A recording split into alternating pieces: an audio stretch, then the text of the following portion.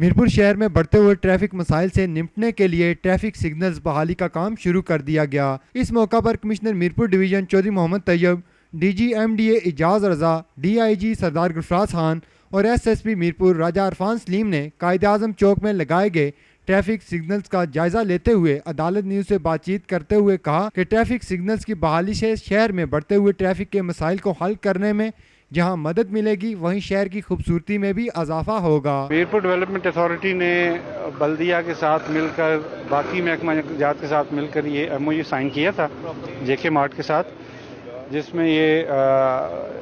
Traffic signals اور pedestal crossing کے دو چیزیں تھیں جو ہم نے کرنی تھی۔ ٹریفک سگنلز کا کانٹریکٹ ہم نے دیا 20 سال کے لیے، جس میں ان کی مینٹیننس، ان کی بلنگ سب کچھ جے کے مارٹ کرے گا، اور یہ آج میرپور کی انتظامیہ، ڈویژن کی انتظامیہ کے ساتھ ہم آج ٹیسٹ ٹرائل تھا ان کا، وہ دیکھنے آئے ہیں اور الحمدللہ ٹھیک ہے،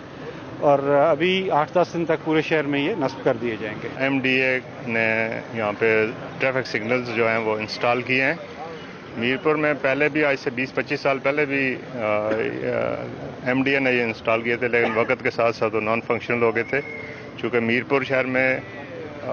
ٹریفک کا فلو ڈے بائی ڈے بڑھتا جا رہا ہے، اور اس کو کنٹرول کرنے کے لیے یہ بیسٹ آپشن ہے کہ ٹریفک سگنلز لگائے جائیں۔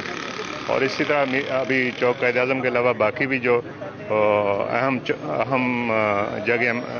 چوک ہیں وہاں پہ بھی کیمرے لگائے جائیں گے۔ آج تمام جو انتظامیہ وہ ڈالپور چوک میں موجود ہے، آج اس کام یہ ری چیک کر رہے ہیں، اور مزید جو ادارہ جو کام کر رہا ہے اس کو زیبرا کراسنگ کے بارے سے بات کر رہے ہیں، اور کوشش کریں گے کہ یہاں پر سیکورٹی کیمرے بھی لگائے جائیں۔